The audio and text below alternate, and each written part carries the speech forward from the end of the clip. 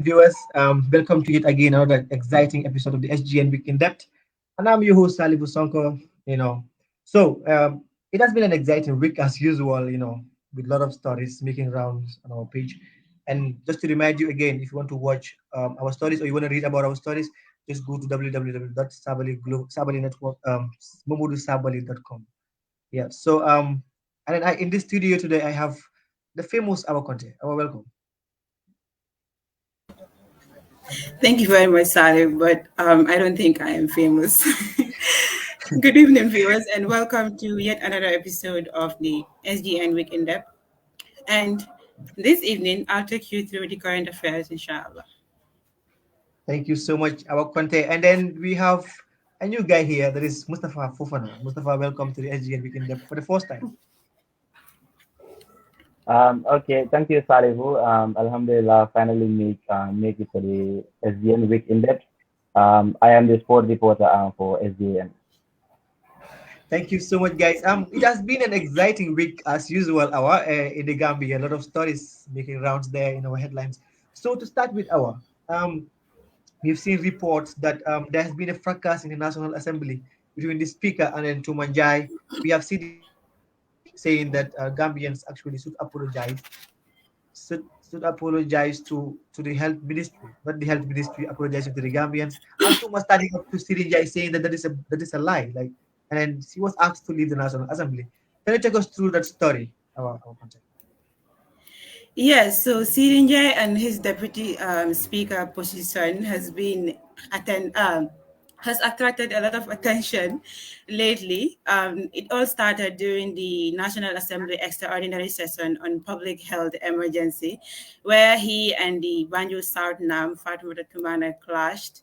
Actually, Sirinjai was talking about the health minister, saying, actually thanking him for his brilliant job in his timely handling of the AKI situation. So, according to Sirin Jai, the health minister has been doing extremely well. When the Tumananjai, the Banjul South Nam, interrupted him, saying that he is actually lying to the assembly and misleading the house. So that class was really something. In fact, it got the speaker upset, and then he asked the Banjul Nam, Fatma Tumanenjai, to take back her words, which she refused to do. She refused to take back her words, and then he actually sent her out of the house.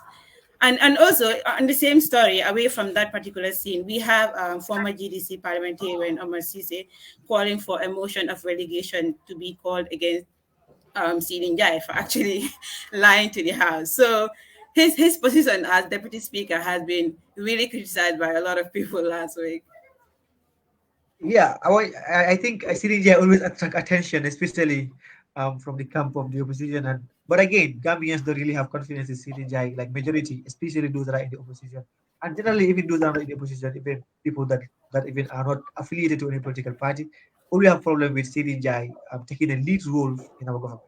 Again, back to Mustafa Fofana. Mustafa, there's been an interesting Nametan tournament going on all over. So can you tell us what is happening there in Serekunda East Ministerium? Okay, in the Serekunda East Mini Stadium, we have seen that on the 23rd of this month, Bolcoin, I mean, the Bolcoin knocked Blue Stars, out of the Serekunda East knockout tournament. They knocked them out, and then they proceed to the next stage of the competition. In the game played 3 p.m., we have seen that, all the teams came prepared as expected.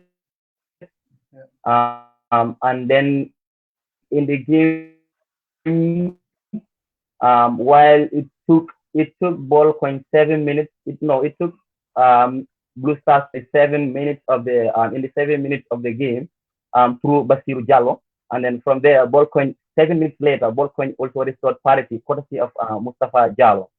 While it again took it again took Ballcoin 7 minutes again for double their lead, and then Blue Stars pushed so hard to restore parity or to equalize or to find an equalizer. But unfortunately, all the hard work done by the boys, they were unable to, to break the deadlock again. which sees the game ending 2-1 in favor of Ballcoin.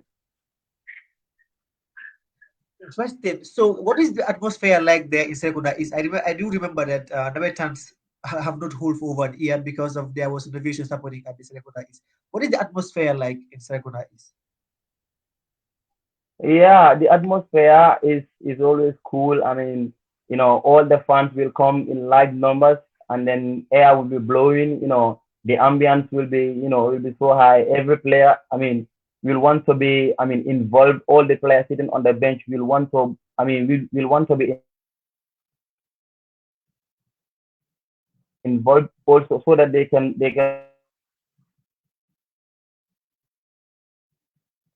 show their talent. Indeed, indeed. So, interesting. So, back to you again. We can see that current affairs. We can see the Latikuna now exposed. Latikuna now expressed disappointments over the OIC projects because there has been anticipations that the Gambia would likely host the OIC this year. The opposition came out and said this is not going to happen. But Baro spokesperson Ibrahim Sankare said the OIC is going to happen. So now what is happening there is that the projects are still yet to be completed, and then we have the Latikuna now sharing his opinion on that. So tell us, what is the Latikuna now telling us about the OIC projects? Yeah, so Yahya Menten Sanyang is the National Assembly member for Latikunda Savage, and he also doubles as the Assembly chairman for the Monitoring, Evaluation, and Public Project Committee. So he has actually expressed his disappointment over the progress of the OIC projects. So we know that the OIC summit was actually scheduled to take place this year in the Gambia. But after a day-long tour of the construction sites, he actually disclosed that it has been 14 months since these contracts were signed, but only 2% progress has been registered so far.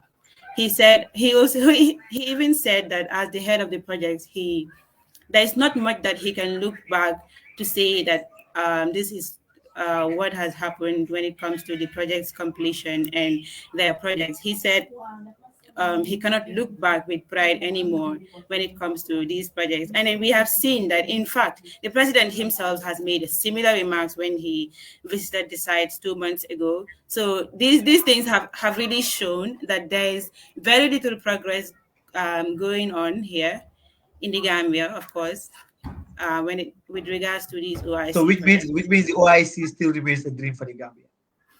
Exactly. I will not be surprised if the OIC summit did not hold in the Gambia in 2022, because seeing 2% progress in 14 months is really a cause for It's very alarm. important. Because if you look at it, we are in October right now, and we only have 2 months before the end of the year 2022. So the OIC summit happening in 22 is definitely going to be a surprise for me. Indeed, it's interesting. Then we move to Mustafa. Mustafa, we again in the same local football there in the Gambia. We have Maktab Okay. Warriors making it to the next round. So can you tell us about? And this is actually funny for me. Maktab Warriors, so making it to the next round. Tell us about Maktab Warriors. Yeah. Maktab Warriors, they are a big team in the Serekunda East Nawetan. Okay. They have recently changed their name from Bradford to Maktab Warriors, because last season they were they somehow they narrowly escaped from relegation.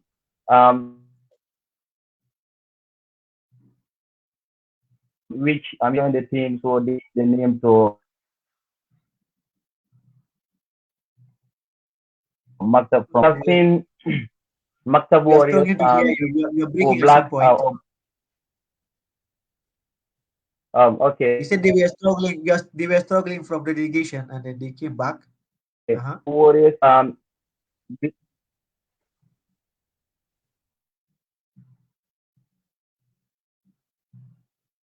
Hello, Mustafa. okay, my round of the combo is yeah. Okay, okay, good. That's Hello. fine. That's fine. Yeah, that's fine. So Hello. then our our current affairs is actually quite interesting because a lot happens over the week. Um, eventful week there. So you have again the President Barrow accused of neglecting victims of human rights violation. So you have Sirif Kijera making those claims there, the chairman of the Victim Center, saying that the president has neglected victims. Is this really? Tell us what Kijera is trying to express in that statement. Yeah, so Mr. Sherif Kijera is the chairman of the Center for Victims of Human Rights Violations in the Gambia. And in an engagement with the media, he has said that the president has neglected them. So according to him, the president only met the victims once since he assumed office. So according to him, that means that he has abandoned them and their plight. In fact, he further said that the president and his alliance with the APRC um, shows that he is actually unwilling to implement transitional justice. In fact, he said as well that also one thing that actually excites me from what he said was that what we just talked about, that is Njai being deputy speaker as well as Fabakary Tombonjata. So according to Mr. Serif Kiera, the president's his his appointment of Fabakary Tombonjata as speaker, as well as Sidin Jai as deputy speaker, shows that he is actually embracing perpetrators instead of caring for the victims.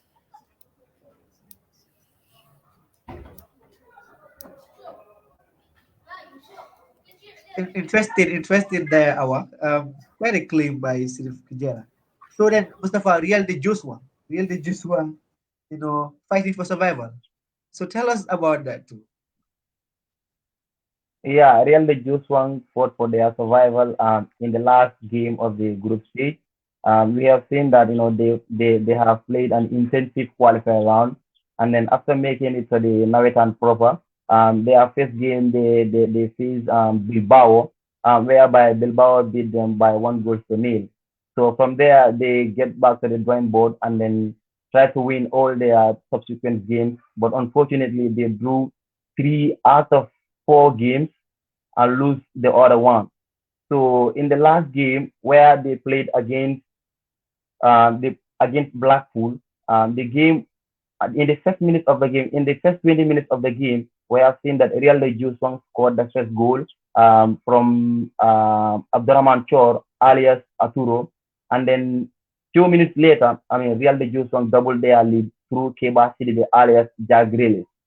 So from there, 7 minutes remaining, when the game was on, and then when the game was at 2-1, and then the game was paused because of darkness, and then the game was supposed to be Again, completed there was no the following electricity. day.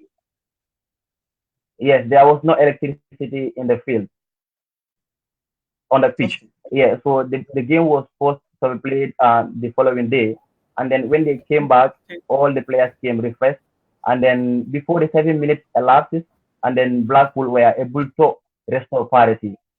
Yes, from there, and then we have seen elsewhere in the other group game whereby Bilbao beat their opponent, which make it easier for Real de Juswang to stay safe in and out and proper for the next season. So which means the NM just want to actually survive that battle. Yeah, they really survived. Interesting. So actually it's quite interesting. Serekunda is now and how is Bantaba doing? I know Bantaba is basically a very well known team in the Serekunda East. Even if you don't live in Serekunda East, you'd think is it Makasa or Bantaba? I don't know much about Serekunda East now. Yeah, it is Bantaba. Bantaba, when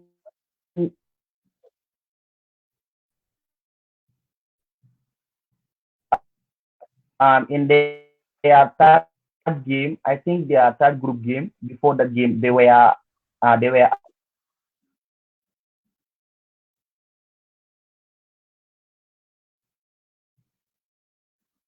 We're struggling to hear you, Mustafa. I think he's struggling with connection. Okay, we have to continue with you then. Mustafa will likely reconnect back. So, Okay. it's a Kumicham. I think he has been one of the most controversial imams these days because whenever his story is put out there, you have a lot of comments, tons of comments about the stories, about the about the claims that he would make. So tell us about the Kebu Cham story, the back and front there.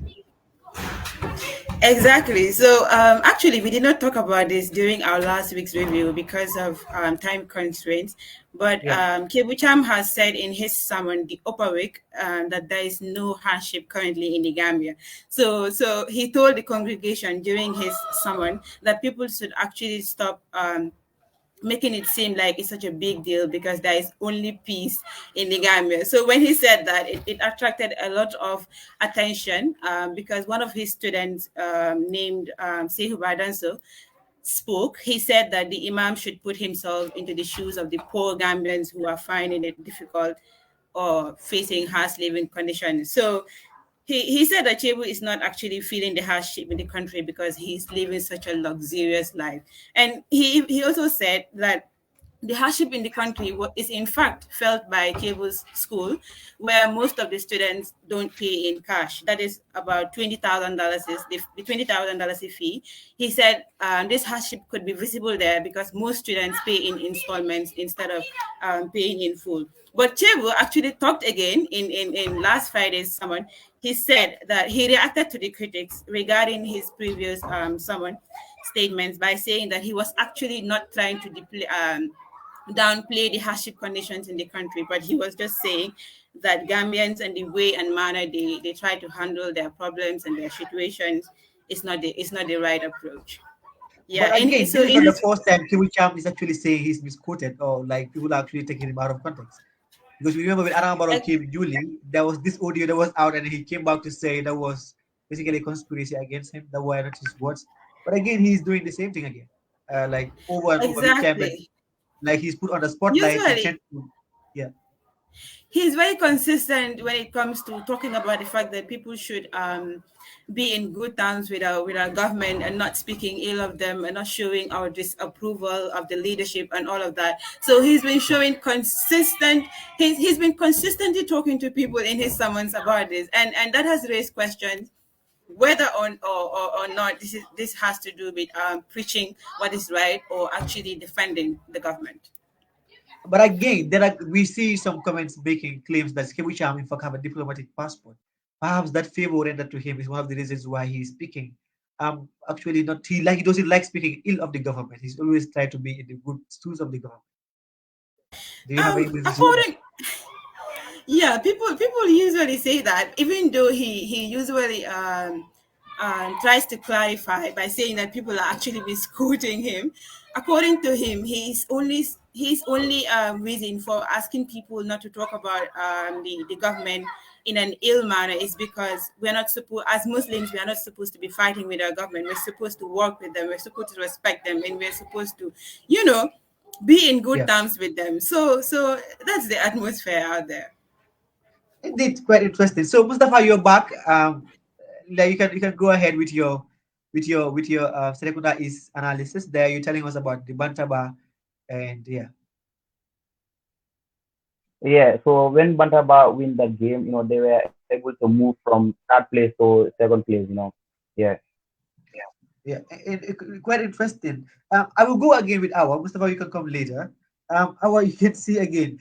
Okay. Alaji Mamadou Kurang has been a very, very controversial figure in Gambian politics. And again, Alaji Mamadou Kurang is going after the NPP for not conducting their congress. Oh, and he has an opinion on that. So can you tell us briefly about that we move to Mustafa? Yeah, Alhaji Mamadou Kurang is actually an economist and a politician. So recently, he has called on the IEC, that is the Independent Electoral Commission, to actually reprimand the ruling NPP party for failing to convene a national congress. So if you look at it also, earlier, two civil society organizations had written to the IEC, urging them to do the same thing, like asking them to suspend the NPP party over delayed Congress. Also, we've seen during the last parliamentary election, the IEC let the issue slide. They let it slide, and they said that the ruling party will actually do the needful after the completion of the electoral cycle. But we've seen that NPP is still yet to do their congress or hold their congress. In fact, one Esa Danfa of NPP, but then like after all of this, because people have been talking about the fact that NPP are still yet to hold a national congress and But that again, they're not NPP politically. is the ruling party. If NPP is flouting the electoral laws, who else should respect the electoral laws? They should be setting example there for the Gambians to follow. They're supposed to be Definitely, flouting if you laws. look at, Yeah. yes, if you look at it from a different perspective, like they're supposed to actually be the ones taking the lead in these things, because imagine if the ruling party does not follow election protocols, and they expect the opposition parties to actually do this. So if let's say tomorrow a new political party is formed tomorrow itself, and then they want to contest in the next election, and they'll be like, we're not going to hold a congress because we've seen the ruling party NPP is there, they've not held a congress. And then if the IEC did not penalize the NPP, I don't think they will be in a position to penalize any other party, regardless of whether they are ruling or they're opposition or whatever. So I think the NPP should really take the lead when it comes to doing this thing. But then we've seen Esa Danfa of NPP arguing that the party is only 2 years old and that they will actually announce their Congress date soon. But However, again, the other as party such, is younger than NPP, and this party is still called Congress. So I don't see. I exactly. don't In think fact, there is as any such, excuse of NPP not holding yeah, Congress. That is Gambia for you. Yeah. exactly. In fact, a search by SGN has shown that the NPP is not in fact 2 years old, because it was formed in December 2019 by the current incumbent president, that is Adama Barrow. So the claim that they are too young to convene a congress is not a valid reason at all. Indeed. We move to sports quickly. Mustafa, there's been a super Nawetan going on. Nawetans are back, and hopefully zonals also will be quite interested this year. So, tell us about this Serekunda is 5-man committee coaching staff. Yeah, 5-man coaching staff for the Super Nawetan. It's like we've lost Mustafa again.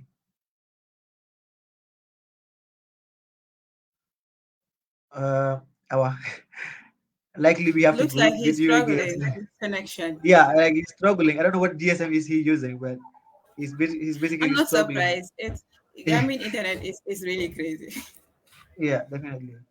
So we have to go with you again. Yes, Mustafa is trying to reconnect. And mind you, if you are still watching the stream, please do like and then do like, comment, and also please share our stream so that we can like further this important. Yeah, sure that it can reach as much Gambians as possible, please. Yeah, yeah. So yeah. So again, the talk of the town is UDP's Ibrahim Adiba been arrested by the authorities, or actually not arrested, been called for questioning, I could say. But you know, tell us about that story and we analyze that in detail.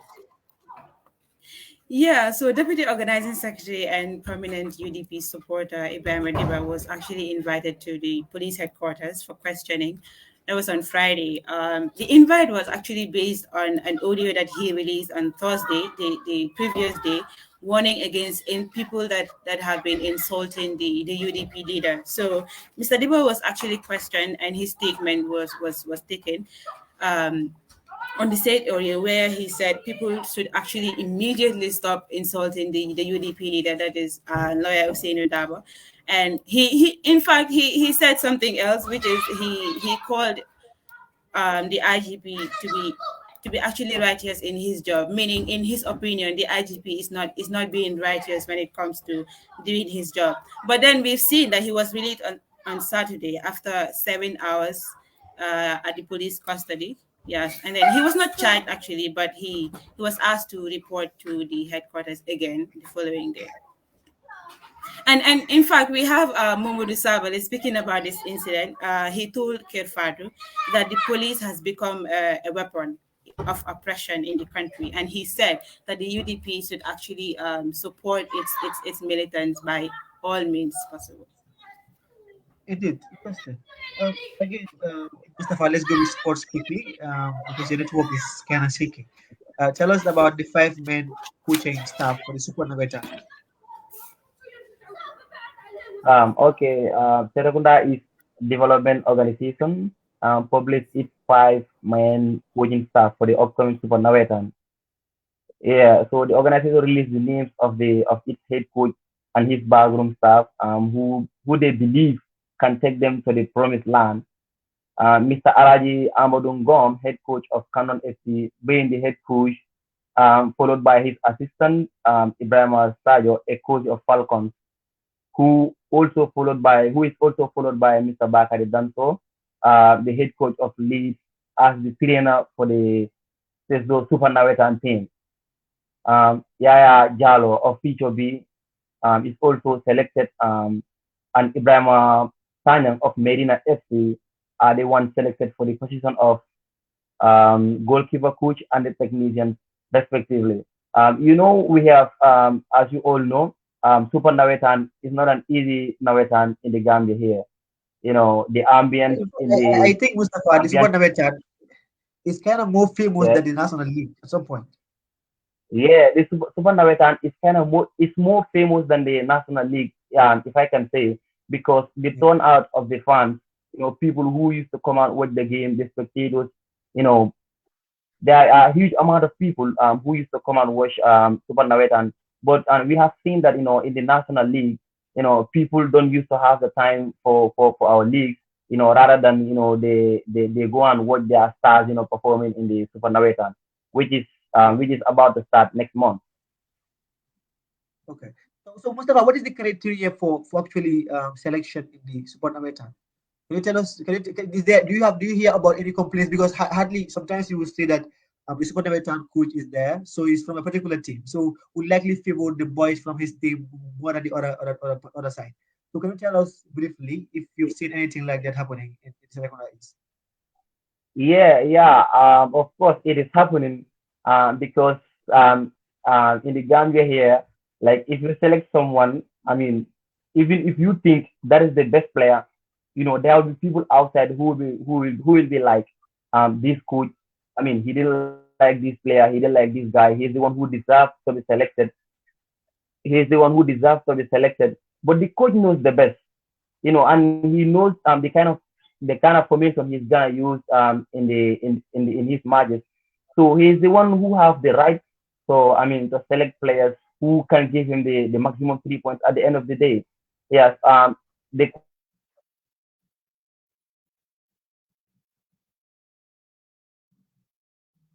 knows the best. Mustafa is still struggling with his network there. He's actually saying something Yes, really he's interesting. actually. It Okay. was interesting listening to him about Yeah, the definitely. It's like he has to come back or something. So, we still continue. We can continue. So, I will tell us finally. We move to Gambian international footballers. We have Musa Bam making name for himself there, like you said. He's making news for himself. So, tell us about Musa Bam. We have to Yes, wrap up. yes, You can yes. just you can just summarize this. I've Yeah, always been saying, Musabara is doing an amazing job in Korean football right now. And yeah. even though this season he had an injury that cost him about 2 matches, he still came back, and he came back strong and did an amazing job, especially about the story that was published this week about him scoring, contributing in Jumbook's 2-2 draw away in the first leg of the FA final. In fact, that was not the only thing. He scored again today because Jumbook was clashed with their opponent in the second leg. The first leg of the FA Cup finals was played on Friday, and then the second leg was played. No, the first leg was played on Thursday. Sorry, but the second leg was played just today in very early in the morning. That was around 6 a.m. He scored in both matches. He scored in the first leg and he scored in the second leg as well today, and then that actually contributed to Is Gian that Book Modu Baro? being crowned Musa Barrow. Okay, No, it's go ahead. Modubaro Yeah, rather. Sorry, Modu Baro. sorry Yeah, about that. I think you So always yeah, confuse these people. I guess I am so excited about this, but it's actually Yeah. Modubaro. Yeah. So today also early around But, 6 but he has a.m. been in a the very, match very, kicked very, off. very fine shape this season. To be honest, he's been splendid. Exactly. He has scored a total of 16 goals just this season in all competitions. And then his goal earlier today actually contributed in Gem Books, being crowned as the Korean FA Cup champions for the fifth time, and that was incredible. That was an incredible performance by him. I mean, he's been incredible this season. Well, our defenders also did big deal for themselves because defender scoring is very rare. But you have James Gomez and Omar Kuli making names for themselves as well. So Exactly. So we have James Gomez in the Danish Superliga. He scored for Horsens FC in their 3-2 victory against Silborg last week. Also, we saw Captain Omar Koli, who has also scored against Communities in their 1-0 victory. He scored the only goal in that match, and then he has actually helped the club got out their nightmare, because before this win they only picked up 3 points from four matches. So they've had a very poor start to the season. But then they did well. The defenders are also doing very well, because in fact in Horsens, we've seen Gomez. He's one of the few defenders that have made it to the scorer list of Horsens so far this season. yeah, definitely James Gomez, very consistent, disciplined footballer there. So yeah, let's move quickly. Our wrapping this up because we need to have Lavin Tamba. And if you're just joining the stream, please like, share, and then don't forget to put up your comments. We will deal with the comments later at the later part of the program. And we thank you very much for joining us. And yeah, so our tellers last but not the least, Alassana Mane and Yakuba Minte, both playing in the same team and then both making it to the player of the week. That is quite an achievement for the Gambia. Team of the week, actually. I'll correct you right there. So Yeah. we have Alassane Mane and Yankuma Minte, both playing for Orange, have been included in the Danish Superliga team of the week. So actually, the Superliga team of the week recognizes players that have displayed notable performances with their teams for each week in question. So every week they mention team of the week plus the players that have done amazingly well in that particular week. So we've seen Minte assist Mane to score his very first goal of the season, which contributed to the club's 3-1 victory against Lingby. So also Yankuba Minte has actually scored a goal so far this season and has provided 2 assists since this season so far. So Yankuba the is a very spectacular young, performances. very young Exactly. player. Yankuba Minte is very young. In fact, he was playing for Odense's academy, if I'm not mistaken. So he just Yeah. recently joined the squad. So he's been doing amazing well. And to think that he's young and he started just recently, Yeah. he's doing pretty well. So thank you so much. This is quite an analysis. You did an amazing job. We are so proud of you. Thank you very much. Final words that we have one and only Lavin Tamba of the APRC to Alliance. Thank you very much. Thank you, Sally, for having me. And I hope the viewers loved it. And I hope they catch us again next weekend, inshallah. Next weekend. Thank you so much. Bye bye from our end. From our for Thank now. you. Then we have our first commercial break, and then we'll be back with Lavin Tamba of Alliance.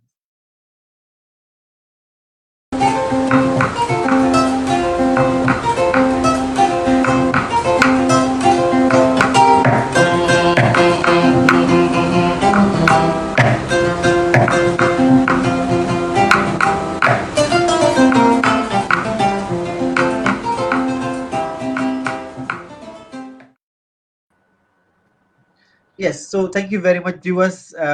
If you're just joining us, please do like, share, and comment. And then we have Mr. Lavin Tamba, a very prominent member of the APRC Hutu Alliance movement. Welcome, Mr. Tamba, to the SGN Week in Depth. Hello. Thank you very much, Mr. Sampa. Thank you to the producers, the team behind the SGN, to you, the presenter. Thank you very much for welcoming me to this platform. I really appreciate it. Thank you. Yeah, thank you so much, Mr. Tamba. And to actually reach you was so easy. You actually made this possible. And we are Yeah. honored to have you in our studios today here talking about No current problem. affairs No happening worries. in our country. Thank you. Yeah. So, Mr. Tamba, just getting down straight to business. We've seen a lot of happenings like from the elections to now, a lot has happened in your party, APRC. You've seen a Yeah. fracas between the APRC and then the Hutu Alliance movement. So tell us briefly about the fracas, and then is there any way forward for the APRC to be united again? Well, that's a way forward for APRC to be united. Yeah, To give you and your viewers a history of what happened last year, the former executive of APRC decided that they were going to go into an alliance yeah, against the wishes of the majority APRC supporters. yeah, They announced a formal alliance with the NPP without providing the details of an alliance that they wanted to go into. So, in a nutshell, they created an alliance that wasn't properly done, properly consulted on. We didn't have any information, no confirmation of what was on the table before they went into the alliance. So the majority of APRC supporters said, no, we're not going to go into alliance with NPP because we all know what Barrow is, is like, and he's the head of the NPP. yeah, We all knew the situation that the Gambia was in last year, and it's getting worse. So we thought, why would you go into alliance with the NPP when you had other political parties that offer a better option to the NPP? Why are you going into the NPP? And number two, you're going to the NPP alliance. Your members don't like it, number one. Your party leader, chairman, and flag bearer of the APRC didn't endorse it. Why are you going to go into the NPP alliance? So the party broke into two, with some people going to the NPP, some people going into the GDC alliance last year. But I have a feeling that the majority of APRC supporters actually didn't participate in last year's presidential election and the election vote because they were not happy with the way the party was handled, and they got frustrated and they never bothered doing anything about it. So now, when we had Congress in 2018 in Buyam and Congress in 2021 at Penchami Hall, both Congresses resolved or passed motions to retain President Jammeh as the party leader, flag bearer, and chairman, but he delegated the chairmanship role or derogated that responsibility to Fabakary Tombong Jatta because President Jammeh is not on the ground. So therefore, when the executive meets, when the party meets, there has to be somebody there to oversee those meetings. Fabakary Tombong Jatta was appointed, not elected, appointed as the interim party leader to hold the party together until President Jammeh returns. And the resolutions from Buyam state clearly that President Jammeh is our party leader, flag bearer, and chairman. But while he is in Equatorial Guinea, Fabakary Tombong Jatta will be given the responsibility of being the chairman of the National Executive Committee. So there were happenings in the APRC. President Jammeh dismissed few people based on the recommendation of the APRC members and executive because they thought those people were disruptive. Today, we know that was not the case. That was the reason why they dismissed those people. Nobody made a fuss about it. And the people who were dismissed accepted that they were appointed by President Jammeh, and President Jammeh dismissed them, and they took it with good faith. Last year, when he dismissed Fabakary Tombong Jatta and his executive, they refused to take it in good faith. They said President Jammeh alone is not the owner of the party. He hasn't got the powers to sack them. They were not going to go anywhere. They were the custodians of the APRC party legally. Right. yeah, yeah. So that has caused problems. We know where the majority of APRC supporters are. The APRC supporters are still in APRC under President Jammeh. All right. So the push and pull, they claim they have the custody of the party. The IEC seems to be siding with them for some weird reason. All right. Given that example, Eme Ba can now return. The Momodu Aliu Ba of the APRC, the former APRC first deputy party leader or the deputy party leader, he was dismissed by President Jammeh. So if they claim that their dismissal was not legal, it was not constitutional in accordance with the APRC constitution, therefore, Eme Ba is the rightful deputy party leader one right now. He can return and take Rambo's position from Rambo. Because obviously, the former APRC executive are saying their dismissal is illegal. They're refusing to return the party to the chairman, the party leader, and flag bearer, who is President Jammeh. So Eme Ba can return to the APRC right now and say, all right, well, You guys said President Jammeh has no powers to sack anyone. Therefore, I want my position back, which means they'll have to demote Rambo Jatta. They have to demote Borikoli and reinstate Emeba where he was before that dismissal of 2018. So, you see, yes, if you look at the APRC constitution, it doesn't explicitly say that executive members can be hired and fired. They can be appointed by President Jammeh in consultation with the National Executive Committee. They can be dismissed by President Jammeh in consultation with the National Executive Committee. That's the language of the APRC constitution. Yeah. But So it means President Jammeh was basically the supreme leader of the party. Yeah, he is the supreme leader of the party.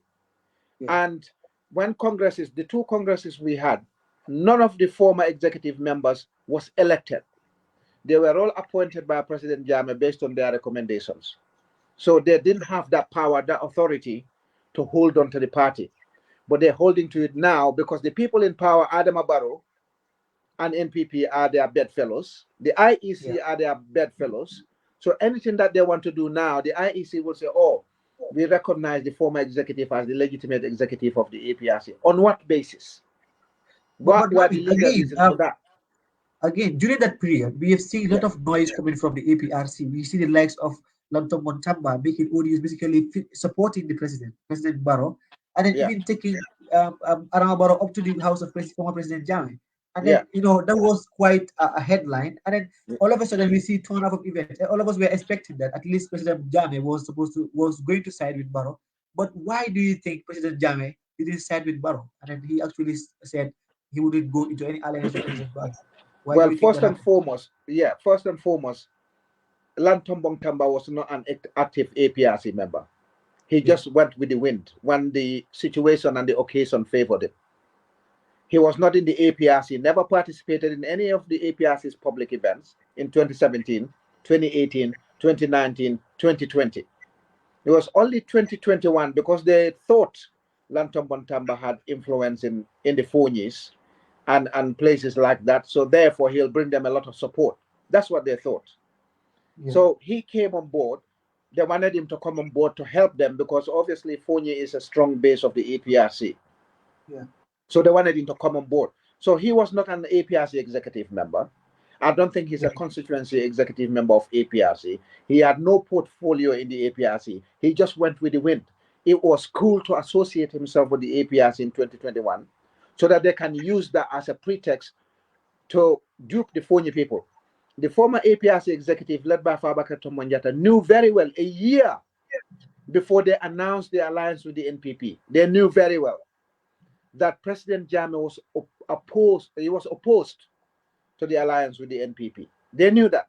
So all that Barrow trip to Kanilai and others were all at the stage at which they were trying to deceive people, the stage at which they were lying to the APRC supporters, to the entire Gambian population, and lying to the world that, look, we've taken Barrow to Kanilai to meet Jammeh's family. So therefore, Jammeh is in support of this alliance with the NPP. That was before Jammeh made a public statement. I knew for a fact, a year before the alliance was formed, that President Jammeh was not in favor of the NPP alliance because President Jammeh, whether you like him or not, will not support anyone who was selling Gambia. Anyone who compromised with Gambia's sovereignty or territorial integrity or both, President Jammeh was not going to support you. Anyone who is not in dying to make sure Gambia is a better place for Gambian citizens, President Jammeh was not going to support you. And Barrow is the complete opposite to a patriot, complete opposite to a development-oriented individual, complete opposite to anyone who would die for the Gambia first. So President Jammeh was not going to support Adama Barrow. He told the former executive a year before that, get out of this alliance talks that you guys are doing with Barrow. It's not going to bear fruit. Barrow is not going to fulfill the preconditions. Barrow is not in there for the Gambian people. He was installed so that the foreign powers, the players behind the scene, can share the Gambia's sovereign wealth between them. All right? Get out of it. By December 2020, a year before the presidential election, President Jammeh stopped talking to the former executive of the APRC party. So they knew very well. And I warned them behind the scenes repeatedly. You guys need to stop lying to the APRC supporters. You guys need to stop lying to the Gambian people. Get out of this. You know fully well that what you're telling Gambian people is wrong. It's not true. Do not get involved in lies and deception. They refused. But at that point, Barrow has involved them so much. And Barrow himself went to Sukuta a day after Jammeh made it public that he didn't bless the NPP alliance. That was on the 15th of October 2021. The next day, Barrow had a rally in Sukuta on the 16th of October 2021 and said to the Sukutarians or the rally, Fabakary Tombong Jatta and Sidin Jai started coming to me in 2017. Yeah? That's when we started talking about the alliance. Don't you think also, because Sidin Jai went to Equatorial Guinea with the former president, that was one of the reasons why most of the members will tend to believe whatever is from Sidin Jai is likely from former President Jammeh, because they went together to Equatorial Guinea and they were together before he comes back to the Gambia. Yes. So that was one reason. But Sidin Jai himself and the party were falling out since 2018. Because what was the problem between Sidin Jai and the party? If you could just briefly tell us that, and then we enter into the current. It's disloyalty. Sidin Jai was not a loyal party member, and he was not a loyal party spokesman. Sidin Jai was the APRC party spokesman. Yeah. But he was going to the media and saying, I support Adama Barrow 100%, even though I am the spokesman of APRC. I mean, how can you do that in politics? How can you be an opposition spokesman but you're in support of the government 100%? Then would you say Sidin Jai was basically trying to get into the government by all means necessary to get an appointment at least? That's what he was looking for. I know Sidin Jai very well. Yeah. Between 2017 and 2018, we used to talk because I was the spokesman of the APRC UK branch. Yeah. But the party needed my input a lot behind the scenes, something that I'm not going to talk about on the platform because I do not engage in private matters of the party and sit on the platform and talk about. But I can tell you for a fact that Sidin Jai is an opportunist. He went to the NPP. He was trying to basically cajole the NPP. Barrow, NPP was in public at that time. He was trying to get Barrow in good terms with him. He told people that Barrow was his distant. Is this right to say? Yeah. Is this right to say that all the problems we are facing right now is probably caused by Sidin Jai, because he gave ambitions to Barrow to say you have to form your party and then I can help you do this. I have structures, I have APRC behind me. So maybe these are all ideas that actually lure Barrow into forming a political party. Yeah, you cannot blame Sidin Jai for all of it, but Sidin Jai is an important player because Barrow is the head of state. If Barrow was not interested in forming a political party, Sidin Jai wouldn't have made headway. Yeah. If Sidin Jai went to Barrow and said, you know what, you saw our rally at the buffer zone on the 28th of October 2017, that rally was the biggest political gathering for an opposition party ever, or the biggest political rally or gathering of any political party outside of Independence Day or inaugurations or anything. That rally was something else. So he might have gone to Barrow and said, you know what, we are acclaimed distant cousins, all right? That's what Sidin Jai claimed. Have you seen the amount of people that we amassed at the buffer zone on the 28th of October 2017? I think you need to consider running for a second term. Forget about your coalition agreement. Forget about what you told Gambian citizens. Forget about what you told your partners in the West and the world. We have this X amount of supporters. I can guarantee if we support you to run for a second term, you're going to win without a problem, which is true if the APRC went in as one unit and supported Barrow. He didn't need all the other time-wasting parties that were there grabbing money from Barrow and grabbing opportunities from Barrow in 2021. But APRC supporters have got a different line of thinking. APRC supporters have been groomed to be patriotic citizens. They love President Jammeh. They love the party. They love the Gambia. So if anyone is not a patriot, it will be difficult to bring APRC supporters on board. You will bring some opportunists like Sidin Jai, like Fabakary Tombong Jatta, like his executive that he took to NPP with. You will succeed in getting those ones, but you will not be able to get the core supporters of the party as it was evident last year. The core supporters refused to go to Barrow because they cannot see any reason for supporting Adama Barrow. So Sidin Jai is one of the factors, but I think Adama Barrow himself has had at the back of his mind that he wanted to run for a second term. He was going to lie to his coalition partners. He was going to lie to the Gambian citizenry. He was going to lie to the world at large. And maybe Adama Barrow was taking more of his tips from Macky Sall's playbook, because Macky Sall came to power and earned his second term exactly the same way. All right. So Adama Barrow was probably getting a lot of his coaching from Senegal. Sidin Jai happens to be one piece of that jigsaw that he used and ignored the 3-year agreement, ignored the fact that he was supposed to step down and not contest in the elections immediately after his resignation. So Sidin Jai as a part, I will not blame him for the whole of it. But they didn't come out, interestingly, not Sidin Jai, not Fabakary Tombong Jatta, not Fabakary Tombong Jatta's executive came out and said, Barrow, you're not telling the truth. We didn't start meeting you in 2017. They kept quiet, which means they agreed that they started betraying President Jammeh. Barrow started betraying the coalition partners since 2017, and he knew what he was doing. Interesting, Lamin. So let's get straight to the current affairs. We've seen the AKI issue making headlines internationally. You know, for the first time in the history of the Gambia, you have about 70 plus children died from a contaminated cough syrup. So Yes. what do you make of this situation? Well, as I said repeatedly, this children's disaster, it's the largest disaster we faced in our country ever. Post-colonialism is the largest disaster in our country's history outside of war. All right. The war in 1981 claimed several hundred lives. Some people say over 1,000. But that's war.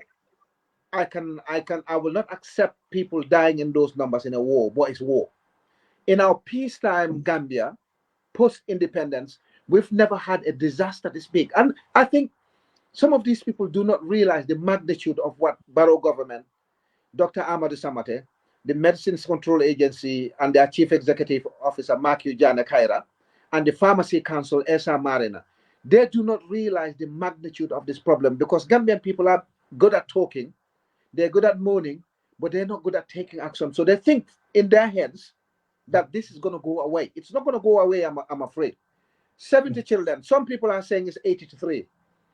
Some families are coming up to say, actually, our adult family members died from kidney failure or from liver failure because they were taking hypertension medication, diabetes medication coming from the same Maiden Pharmaceuticals Limited company in India.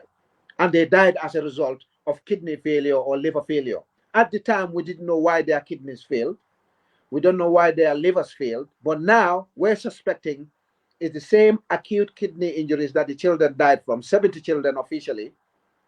That's what killed our adult relatives, our family members. This is a disaster. By any stretch of the imagination, Gambia should have been undergoing a state of mourning, at least for a day or 2 or 3, because Barrow government succeeded in killing these children, and they have absolutely no reason. Well, they haven't given us any reason as to why they changed our former reputable suppliers of medicine to go to Maiden Pharmaceutical Limited, because they said they changed the supplier about 3 to 4 years ago. Why?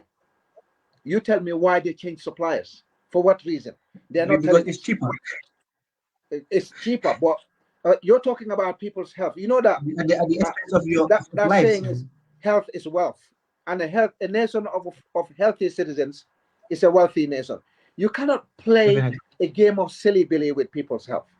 You cannot Yeah. cut corners with health, because it is a life and death situation. As we saw, 70 children died from the fact that somebody at Medical and Health Services, somebody at Medicines Control Agency, somebody at Gambia Pharmacy Council decided to take their eyes off the ball, pocket some money, which I suspect is not confirmed yet, but there are allegations that they cut corners in terms of awarding contracts for supply of medicine to Gambia's National Health Services.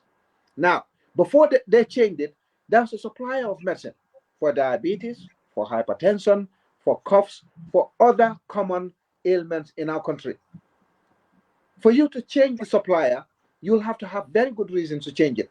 Some of those good reasons are that the quality of medicine from a pharmaceutical company has dipped in terms of quality. The medicine is no longer of good value. Or suddenly, the company has added the price, increased the price of medication to a point where we cannot afford it. Or 3, they were delivering medicine, they were reliable in terms of delivering medicine to the Gambia, but they suddenly became unreliable. Medicine was arriving late, or medicine was being tampered with, or similar complaints. Then you can change supplier. But even if you change supplier because the prices have increased, or because the supplier is not reliable, or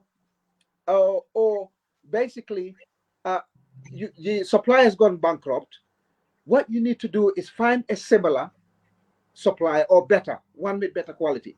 At least for a national health service, you cannot allow medicine to be supplied to your country from a company that's not accredited by the WHO, for a company that's not supplying any other national health services, including India, their parent country.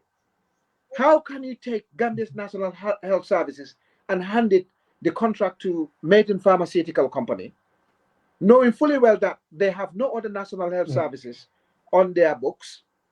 You haven't done due diligence by checking with the World Health Organization if they're a reputable supplier of medicine. What they did, maybe our medical budget was spending about 200 million, 300 million in ordering medicine from the Egyptian company and other companies that were supplying our national health services in the past, before 2018. They decided, okay, let's look around for a cheap company that will give us medicine, the same medicine, purportedly the same medicine, because now we know it's not the same. Yeah, that will give us the same medicine at 50 million or 100 million. So the other 200 million, because they didn't cut the health budget. Our health budget has been increasing year on year since 2019. So therefore, they didn't cut the health budget. Any God-fearing person, any patriot, Gambian patriot, any lover of humanity, any caring administration would have said, okay, we found Maiden Pharmaceutical. They're accredited by the WHO. All right. They're supplying the Indian government, the American government, the UK government. So therefore, we can rely on them. They can supply us medicine at $100 million or $100 million a year. We were paying $300 million a year in Jammeh's time. So now we're saving 200 million. For that 200 million that we're saving, let's start buying all our dilapidated X-ray machines. Let's buy the MRI scanners or CT scanners for our hospitals. Let's make sure our ambulances that are not getting enough fuel, or that are not getting batteries in them, or they are broken, let's make sure we have tip-top ambulances. Okay? We have $200 million that we saved. Let's make sure the Royal Victoria Hospital or the Edward Francis Moore Teaching Hospital has a top-of-the-range standby generator. Can you imagine? Our referral hospital goes for almost 4, 5, 6 hours without power supply. An entire shift without water supply. No surgical gloves, no blood bags, not even paracetamol. They subscribe it to patients to go to their own private pharmacies to buy medicine that's poisoning them to death. My brother, I think, Lamin, like we can go on and on till tomorrow. You will not finish saying this. Like it's quite a very, very complex situation. It's not just about the pharmacy that ordered this, but you have to also look at what actually triggered them to order this. Because what you're saying, this is a whole image you're painting. Because these are the same doctors in these hospitals that would direct patients to go to their pharmacies and buy these drugs. And there is a budget allocated for that. So that is a whole investigation. It's a complex situation. I mean, it's basically what is happening now. We have a massive power vacuum in the country. Adama Barrow doesn't know, but Adama Barrow is more than willing to participate in the corruption of his officials. There's only one explanation as to why Adama Barrow didn't suspend Dr. Samate, didn't suspend Maki Jane Kaira, didn't suspend Esa Marina, and get independent people to come and investigate this scandal. This is a disaster. By any imagination, what we're facing now is a national disaster. You understand?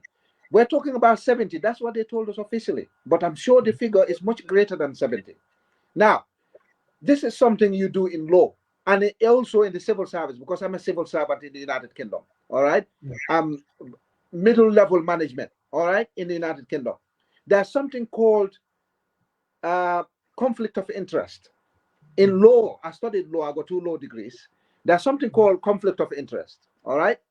You cannot be a regulator of medicine, supposed to be regulating it, but at the same time have a license which you subletting to other people to import medicine that you have no ability to test, no ability to examine, no intention to regulate. All right. You cannot be judge and jury. You cannot be a criminal and a witness, or defendant and a witness.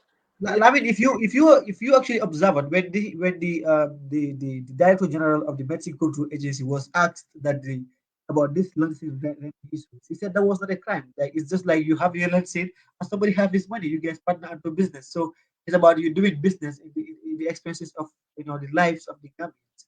Very, very, very, Yeah, very I sad. mean, it's sad. I'm staggered. I was absolutely shocked when I heard her saying it's not a crime. Yes, it's not a crime as long as you have your license, all right, and you're not letting it out. You're not subletting it. So everything that you're bringing in the country is being checked by an independent person. So if you're at Medicines Control Agency, SR Marina is the tester, regulator, and I think he certifies the medicine as fit for human, for basically for prescription.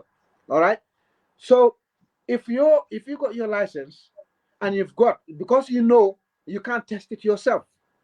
Maki Jana Kaira has got a license. He can't test her own medicine that she imports. SR Marina has got a license. He can't test it himself. And SR Marina cannot test the medicine imported by Stop Step Pharmacy, where his license is being used to import medication. You understand? So therefore, Because if you remember also, if those medicines are rejected, it's a whole loss to the pharmacy, and which you yeah, are also that's the conflict of interest. I understand what you're yeah, trying to they explain. will not take the loss, my brother. I see this recall that they're talking about. Yeah, I have suspicion. You see what they're saying? That they're saying the government should give them 6 months so that they can revoke the licenses that they sublet, that they lease to private. Why do you need 6 months to do that? That is something that they can do it's just immediately. It's it's because just they sad. want to get the 6 months opportunity. All the orders of medicine that they made, there's medicine that hasn't come yet. They want to make sure that medicine is consumed by the Gambian population. They want to kill more Gambians so that they don't lose their profits. They want many Gambian people to die first before they revoke their lives. My brother, it makes me sick. When the scandal came out, I heard about it in June. Then I heard Yeah, about it again in July. Then it went quiet until the 6th of October when the WHO decided they're going to blow cover. You heard what Dr. Samate said. He was yeah, disappointed that the WHO betrayed them. So they wanted to hide it, but the exactly, WHO exposed them. So what these exactly. people want, I'm sure, I'm guessing that they didn't recall the medicine, that they didn't destroy it, that the 6 months that they want for the government Well, to we, give well, them we before. had the police PRO here on our platform, and then she said they are on the investigation. We hope that the investigations are conducted and no stone will be left unturned. But I mean, let's move quickly into National Assembly. What happened last week? We have seen that fracas between Tumanjai and then Fabakary Tomanjata, and then Yeah, Sidinjai basically telling Gambians that we have to basically apologize to the health ministry. I think this is an insult to. I felt so bad hearing that from the president of Sidinjai. yeah. What was your And reaction to it? I mean, it brings us back to the same thing I told you about Sidinjai earlier. The man is an opportunist. And Sidinjai will say anything to be in the good books of power because that's what he lives off of. He can't live off anything else. The man's life will depend on towing the lines of incumbents. If Barrow leaves today and Mama Kande becomes a president tomorrow, Sidinjai will have some sort of family links with Mama Kande. All right? If Mama Kande steps down 10 years later and Hussein Dabo becomes the president, Sidinjai will find a reason to relate to Hussein Dabo's wife or Hussein Dabo's cousins. Somehow he'll come. Why would Gambian people apologize to Dr. Ahmad Samate after losing 70 of our children to Ahmad Samate's corruption? Ahmad Samate, in any administration in the world, if he stood on the podium and said, oh, $148 million is gone missing from my department, he would now spend 24 hours in his office. The only reason he would spend 24 hours in his office is under suspension while they investigate where the $148 million went. Where did the $148 million go? How can you lose $148 million and there was no dismissal, no suspension, no investigation? You know what I suspect happened to the money? Again, I'm guessing that's the money that went into Barrow's presidential campaign last year. It's possible. All right? Because there's rumor that Barrow is taking a cut from a lot of these corrupt practices. I saw photos of these people who basically who issued or who granted Made in Pharmaceutical Limited company, all right, who granted them the contract to supply our National Health Services with medicine. I saw them when they went to meet Barrow in Mankamankunda. I have their photos, but I don't want to publish them yet. These were the people who went. So what did Barrow get out of it?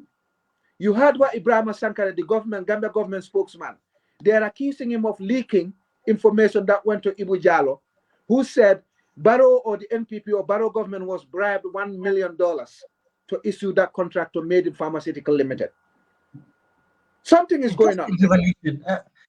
This is actually very staggering. So to go from that course, missing 148 million, and then you have 70 children dying. The ghost of these 70 children must be haunting Dr. Samati every night, and Adama Barrow every night, and Maki Jana Kaira every night, and Esa Marina every night. And they want the government to give them 6 months to give people that medication to drink and die so that they cannot lose their profits. They don't want to get rid of the licenses. Who knows? Some of the medication was not returned. It wasn't recalled. The figures they gave us as recalled amount of medication, who knows whether that's actually true? Because you got a poacher who's been appointed to become a gamekeeper. The criminal has been appointed to investigate his own criminality. But this has happened to Barrow government time and time again. The Jana Commission, you saw what Mr. Kurang said. You appointed Ami Bensouda to be the lead counsel in Jana Commission. All the government transactions, most of them were coming. Ami Bensouda was the counsel. Ami Bensouda was the government lawyer. Same with TRRC. People who picked up guns to go and kill Yaya Jammeh were investigating Yaya Jammeh. What do you think the outcome is going to be? The same thing is happening. Dr. Ahmad Samad has been given the mandate to investigate himself. Maki Jana Kaira has given the mandate to investigate herself. Esa Marin has given the mandate to investigate himself. What sort of government is this? I mean, who investigates crimes like that? Who would do that? And you expect something fruitful to come out of it? Nothing is going to come out of it. As with other commissions, endless commissions that have been set with Adama Barrow, nothing has come out of it. Passport scandals, mass murders, Faraba murders, Kanilai murders, the shooting of our soldiers, the incursions of Senegalese rebels onto our territory, nothing is going to come out of it. And unfortunately, until Barrow leaves office, it will be one scandal after another. And what I'm appealing for opposition parties to do now is to come together and have a common platform. I was going to ask you a question before we go. It's supposed to be a half an hour, but like the discussion is so interesting that like we have exceeded the 30 minutes already. We are actually about 45 minutes into the discussion, and it's actually interesting. I think we're gonna have another session. Time, maybe. I'm here anytime. So So like finally we are heading to the mayoral elections. What is going to be the position of the Hutu Alliance? Are you going to endorse UDP, or because you're calling for oppositions to come together, and obviously you have a UDP ruling how do you call it, mayor in KMC, and then you have a UDP mayor in Banjul, and then we are actually quite sure that the Hutu Alliance also do have some kind of influence in Bunduka Kunda till the end. So what is going to be the position of your Hutu Alliance? Right, I'm going to disclose this right here at Sabali Global Network, so you know that we had some sort of unwritten tactical alliance with UDP to basically damage Adama Barrow's arms and wings at the National Assembly elections, all right? And we succeeded in doing that. If those independent MPs were not opportunists, we could have actually started an impeachment against Barrow, because what we face now is a national disaster. And Adama Barrow looks like he's not interested in resolving it. So we need to kick that man out. So going into local government elections, I want UDP to sit up and listen. We have the biggest following in the APRC. Forget about Fawakena Tombonjata and the others. They can go and have their Congress. We know where the numbers are. All right. We will get APRC back 100% one day under President Jammeh, or whoever the party decides is going to lead the party one day. Yeah. If President Jammeh is not interested in leading the APRC, or the APRC supporters do not want to retain him, the party will come back to us one day, the supporters of APRC. So the numbers are with us in the APRC. Whether we have the APRC fully back before local government or not. All right. We in the APRC, President Jammeh, the former No Alliance movement, we know if we go into tactical alliance with GDC, with UDP, and with DOI, Adama Barrow will not win even one administrative area next year. Because we will basically, now we've damaged his wings politically, because he can only pass things in parliament now via simple majority. If it requires 2/3 or 3/4 vote, it will not pass. Adama Barrow will not succeed. All right? But if we take the other independent MPs, if they were patriotic and they desert the NPP and come to us, we can basically damage Adama Barrow completely. So what we want now, we've damaged him legally. He's got no wings to fly. All right? And you've seen evidence of it now because the majority of Gambian people want him out. What we want after local government elections is for Adama Barrow to have no legs to stand on politically and legally. Basically, decapitate him politically. That's what we want. He will have no legs, he'll have no wings. Basically, he'll be at the mercy of the opposition party, the mercy of Gambian people. So I want Ousainou Darboe, if he's still a UDP leader by January, I would like Yaya Tamba, if he's still APRC leader by January, if we have Mama Kande, if he's still GDC leader by January, if we have Khalifa Sallah, if he's still DOI leader by January, we want us to have a tactical alliance. All right, we can have UDP keep KMC, we can have UDP keep Banjul, with APRC us can have West Coast region, we can have CRR South, GDC can have CRR North, UDP can have LRR, GDC can have NBR or with UDP NBR, URR can have UDP or GDC. We can. I'm just giving examples of how we can damage Barrow completely. And now Gambian electorate are very smart. You know why? Sorry, you were asking a question. Yeah, go ahead. So you know what I respect Gambian electorate about? You know us, the No Alliance movement, all right? Which is now the full APRC under President Jammeh. You see how quickly we turned our voters to recognize that our candidates were independent, and we made them recognize how their ballot boxes will look, the colors, the photos, and everything. Gambian voters are becoming sophisticated. We need to go and meet them like we did in the No Alliance movement before we actually got our MPs. We went to our voters and we said, this is the color of your candidate. This is the photo that will be on the ballot box. All right? Don't go and vote in any APRC green box, because the people who are using green now are Fabakary Tombong Jatta and his fellow traitors. All right? Go into this box with your candidate and the color and vote. Within a short space of time, our people clocked it. They clued onto it. And straight away, we went and removed all the APRC MPs that were there before in Fonyi, because they all betrayed the party. They were all disloyal to the party. They didn't listen to their electorate, and they went to Barrow. So we removed all of them. So don't think that we don't have enough time to advise UDP supporters, DOI supporters, GD supporters, and APRC supporters that we're going into a tactical alliance. They'll pick it up quickly. And this is something that we're good at with WhatsApp audios and other things. I'll be here to clarify. I think WhatsApp has changed the dynamics of politics nowadays. Yeah. So definitely. When people are getting people are getting basically claims through WhatsApp audios. You know, the government is not sleeping because of WhatsApp audios. Yeah, they hate me. They hate me. They're here every time I release audio. Some of them come in my Facebook Messenger inbox because they don't have my photo. My phone number, and says, "Boy, we heard your audio. Boy, you're damaging us too much." The NPP people. I said, "No, I'm not damaging you. I want you to deliver to the Gambian people. The sooner Barrow starts delivering to the Gambian people, the quieter you'll find me. The reason I'm talking, look, I'm not physically suffering from what's happening in the Gambia. My family is not suffering from what's happening in the Gambia, even though they're in the Gambia. When I go to Gambia, I can sort myself out, my family can sort, but I'm not doing this for myself. I'm doing this for the majority of people who are today have seen what I told them in 2021, all right? And we'll see what I'm telling them now. And going forward, we need to remove Barrow. We need to make so by the time we go to the next presidential election, Barrow is basically is on a wheelchair politically. We wheel him where we want and we chuck him where we want. And thank you very much. Interesting. Thank you so much, Mr. Tamba. That will be all for today. So, Mr. Tamba, final Yeah. words before we go, and then we can just close this. Yeah. Final Yeah, words. my final word is to your producers, your team behind the scenes, the Sabali Global Network. I love Sabali. He knows that. Sometimes I push and pull with him because of Hussein Odabo, but he knows that I'm doing it for satirical purposes, sometimes for good effect as well. But he knows I am in here for the Gambia just like he is. So to your viewers, to your team, yourself, the beautiful presenter, Salifu Sonko, I appreciate the time you gave me to come on this platform. Let's start thinking about Gambia in 2022. UDP must forget about President Jammeh right now. Okay? Yes, they accuse him of many things. A lot of these things have turned out to be false. Some of them might be true, who knows?